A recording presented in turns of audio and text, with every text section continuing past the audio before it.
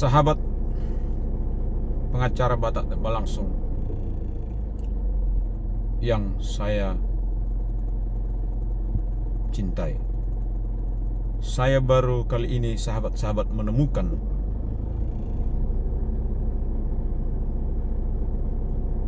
pengadilan atau majelis hakim menolak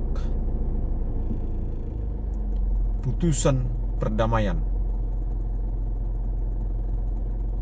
Padahal putusan perdamaian itu tercapai melalui proses mediasi yang dilakukan oleh pengadilan yang sama.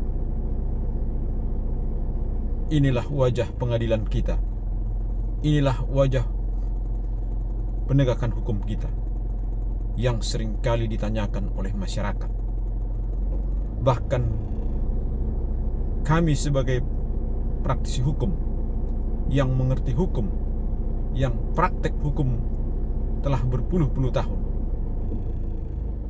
tidak dapat menerima dengan akal sehat, baik melalui pengetahuan kami dalam teori hukum, landasan hukum, bahwa sungguh sulit diterima dengan alasan apapun untuk bisa menolak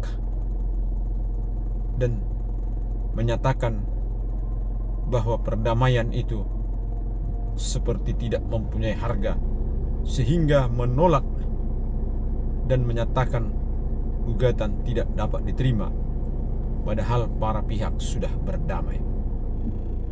Inilah sahabat, sekedar informasi yang disampaikan oleh pengacara Batak Tembak Langsung, bahwa wajah hukum kita, penegakan hukum kita hingga detik ini wajar jika banyak masyarakat mempertanyakannya, atau jika banyak masyarakat menggugatnya, bahkan jika banyak masyarakat kecewa terhadap penegakan hukum kita.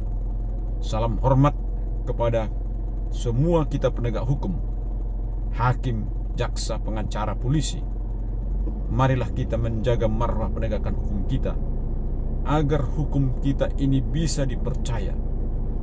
Apalagi sebagai di mana pengadilan menjadi benteng pencari keadilan. Biarlah itu dijaga marwahnya, dan biarlah kedepannya hukum kita semakin baik, sehingga kepercayaan terhadap hukum itu terselamatkan kembali. Karena hukumlah yang menjadi panglima, dan hukumlah yang bisa memberikan rasa keadilan itu.